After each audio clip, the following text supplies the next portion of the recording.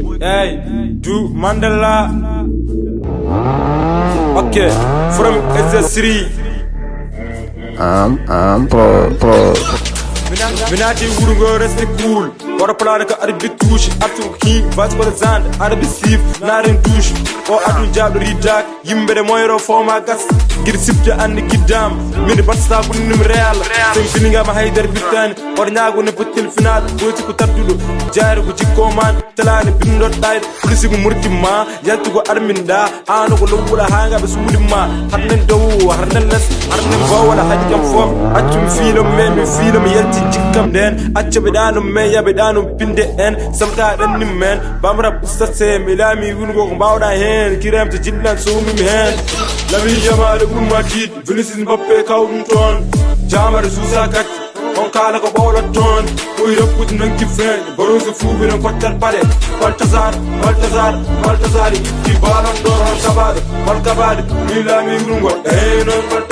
Baltazar ki balon dor al kabad milami wungo Amirim Venon some yelty wungo yawan non Fidri wara murum bling am nun ko ibe sanka je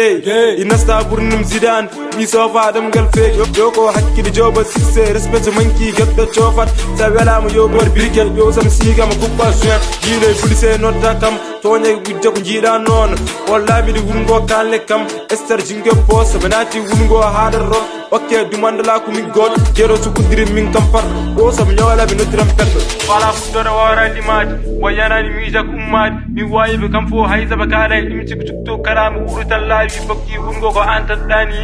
wonda no ngoban 6 bad mon ko ceki ngode bitter hande kri lami jamal ummatid Vinicius Mbappe kawdum ton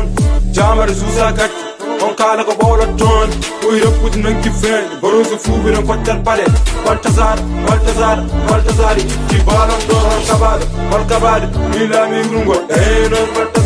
Baltazar ki balon dor al kabad milami wungo non Amirim Venon sam yalti wungo yawan non